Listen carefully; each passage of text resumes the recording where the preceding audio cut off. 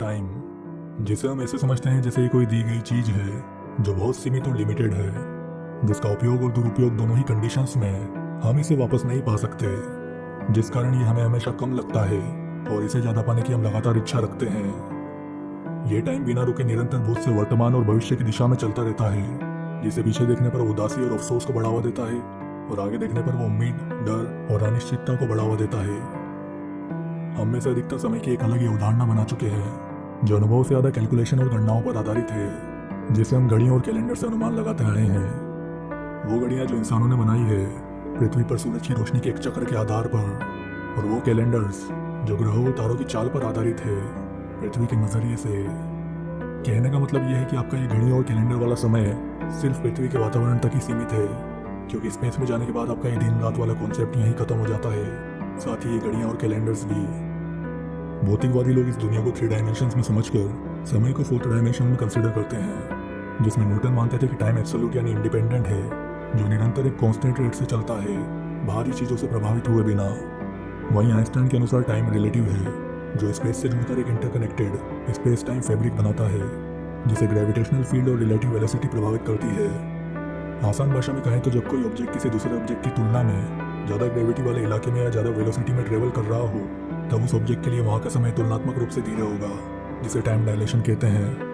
और इस कॉन्सेप्ट को इंटरस्टेलर मूवी ने भी यूज़ किया था, जिसमें ब्लैक होल के पास वाले ग्रह पर बिताया 1 घंटा पृथ्वी के लगभग 7 साल के बराबर बताया गया। पर ये सब भौतिकवादी परिभाषा देखने के बाद भी हमारी समस्या वहीं की वहीं है कि असलियत में समय क्या है। क्या इंसानों द्वारा परिभाषित ये समय वास्तविक रूप में भी वैसा ही है, या ये एक भ्रम है जो हमारी चेतना के अनुभव से जुड़ा हुआ है, जिसे हमने एक भौतिक रूप देकर खुद से अलग कर दिया है, खुद को इसमें बांधने के लिए, या कहीं तो समय का गुलाम बनने के लिए।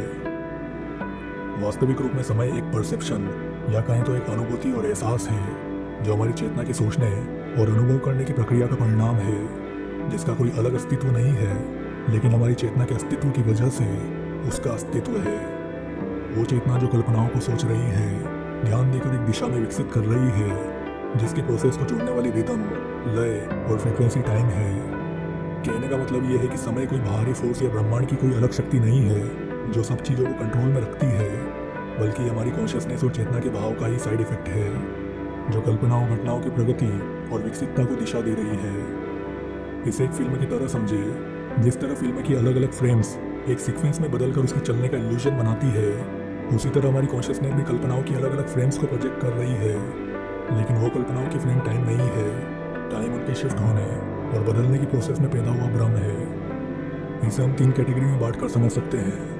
एक मटेरियल टाइम, जिसमें फिजिकल और बायोलॉजिकल साइकिल्स चलती है, जैसे दिन रात का होना, हमारा सोना उठना, उम्र का बढ़ना और बाकी सारी छोटी से छोटी और बड़ी से बड़ी प्रोसेस का हिस्सा है, जो उन मटेरियलिस्टिक रूल पर काम करती है जिन्हें सोर्स कॉन्शियसनेस यानी आपने अपनी कल्पनाओं को अस्तित्व देने के साथ बनाए थे, कि आप कल्पनाओं को कब तक अस्तित्व में रखना चाहते हैं और उन्हें कब तक अनुभव करना चाहते हैं, जो क्रिएशन, एग्जिस्टेंस और डिस्ट्रक्शन की साइकिल को फॉलो करता है। दूसरा है साइकोलॉजिकल यानी मनोवैज्ञानिक समय, जो ऑब्जर्वर की दिमागी प्रक्रिया और उसके ध्यान और भावनात्मक स्तर पर आधारित है, जो आप जानते ही हैं कैसे इमरजेंसी, तनाव और बोरियत वाली परिस्थितियों में समय का अनुभव धीरे हो जाता है। वहीं सकारात्मक मानसिकता, उत्सुकता और अनुभव विकसित करने वाली परिस्थितियां समय के अनुभव को तेज कर देती है। पर इस तरह के मनोवैज्ञानिक समय के बदलाव ज़्यादा समय तक नहीं रहते हैं। ये सिर्फ तब तक महसूस होते हैं जब तक आप उस परिस्थितियों में हो, या कहें तो उस वाइब्रेशन में हो। पर कुछ और भी है जो समय के अनुभव को सामूहिक रूप से प्रभावित करता है लंबे समय तक। वो है आपकी अवेयरनेस, या कहें तो चेतना की जागरूकता। जब आप इस फिजिकल रियलिटी को समझकर अपनी आत्मा की सेल्फ अवेयरनेस को एक्सपांड करने लगते हो, तब आप पहले से ज़्यादा इन्फॉर्मेशंस को अपने अंतर्मन से ऑब्जर्व कर प्रोसेस करने लग जाते हो। ये सेल्फ अवेयरनेस का फैलाव और वाइब्रेशन पृथ्वी की कलेक्टिव कॉन्शियसनेस की वाइब्रेशन में भी बदलाव करने लगता है, जो समय के परसेप्शन को सामूहिक रूप से तेज करने लगता है, जो आप देख ही रहे होंगे 2012 के बाद से और 2019 के बाद से अब डबल स्पीड में हो चुका है। ये समय की तेजी हमें तब तक महसूस होगी जब तक उस जगह की सामूहिक चेतना विकसित होकर एक बैलेंस और बराबरी वाले वाइब्रेशन तक ना पहुंच जाए। तो समय कोई कांस्टेंट स्पीड से चलने वाली अनकंट्रोलेबल फोर्स नहीं है जिसे कैलकुलेट कर समझा जा सकता है, यह आपके अस्तित्व की जागरूकता का हिस्सा है। एक परसेप्शन और आइडिया है कल्पनाओं के बहाव के अनुभव का, वो अनुभव जिसकी स्पीड सबसे ज़्यादा आपकी कॉन्शियसनेस और पृथ्वी जैसे ग्रहों की कलेक्टिव वाइब्रेशन पर डिपेंड करती है, जो फिजिकली उन्हें ज़्यादा प्रभावित करता है, जो बर्थडे और कैलेंडर्स की तारीखों को बार बार अपने सबकॉन्शियस में दोहराते रहते हैं। लेकिन ये समय की परिभाषा मटेरियलिस्टिक माइंड और लोअर कॉन्शियसनेस स्टेट में सही समझ नहीं बनाती है। पर जैसे जैसे आपकी आत्मा अपनी सेल्फ अवेयरनेस को विकसित कर हायर वाइब्रेशन स्टेट में जाने लगती है, समय उसे एक इल्यूजन की तरह नजर आने लगता है जिस पर वो कंट्रोल लेने लगते हैं। और नॉन मटेरियलिस्टिक या कहीं तो इथेरिक फॉर्म में समय का ये भौतिक अनुभव समाप्त हो जाता है।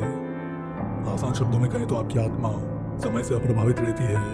आप सिर्फ भौतिक जीवन में ही समय का अनुभव करते हैं, जो कि एक जैसा नहीं है। तो समय का ये नज़रिया देखना इसलिए ज़रूरी था क्योंकि आगे चलकर बहुत सारी चीज़ों को समझाने में आसानी करने वाला है। अगर आपने इस दुनिया के असली अस्तित्व को थोड़ा भी जानने और समझने की कोशिश की होगी तो आप ये जानते ही होंगे कि हमारी दुनिया एक फ्रीक्वेंसी वर्ल्ड है, जिसमें हर चीज़ का कुछ ना कुछ फ्रीक्वेंसी पैटर्न होता है जिस पर वो वाइब्रेट होकर अपने एग्जिस्टेंस को प्रोजेक्ट करती है।